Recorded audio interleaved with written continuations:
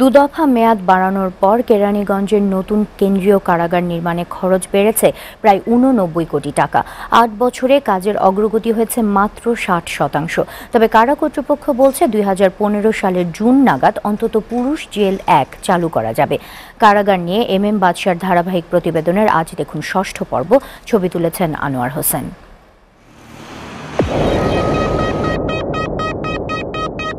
ঢাকা মাওয়া মহাসড়কের পাশেই তেঘরিয়ায় চলছে নতুন ঢাকা কেন্দ্রীয় কারাগার নির্মাণের কাজ। ২০০৭ সালে অনুমোদন পাওয়া প্রকল্পটি বাস্তবায়নে ব্যয় ধরা হয়েছিল ৩১৭ কোটি ৫৫ লাখ টাকা। প্রকল্প শেষ হওয়ার কথা ছিল ২০১০-এ, কিন্তু ৮ বছরে কাজের অগ্রগতি মাত্র ৬০%।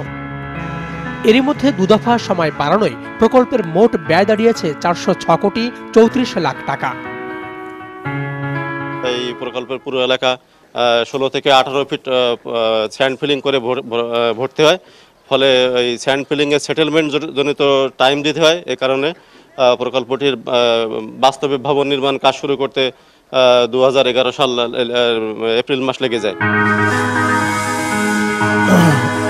১৯৪.৪ একর জমির উপর নতুন এই কারাগারের বন্দি ধারণ ক্ষমতা ৮৩০০।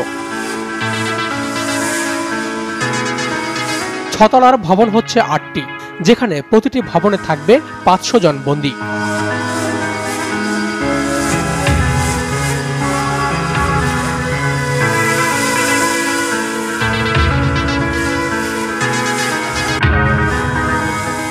ফাঁসির দণ্ডপ্রাপ্ত আসামি, শীর্ষ সন্ত্রাসী, জঙ্গি ও দুর্ধর্ষ আসামিদের জন্য ৪ তলার আলাদা ৪টি ভবন।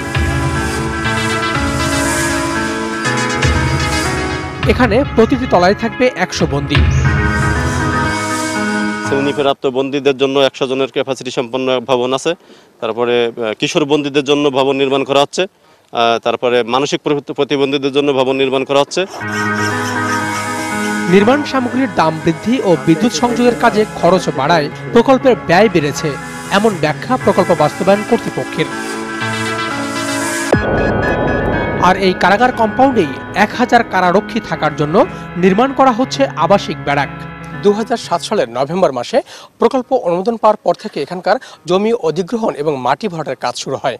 আর ২০১২ সালে শুরু হয় এখানে অবকাঠামো উন্নয়নের কাজগুলো। এরপর থেকে প্রতিদিন গড়ে প্রায় ১৫০০ শ্রমিক কাজ করছে এই কারাগারের বিভিন্ন ভবন নির্মাণের জন্য।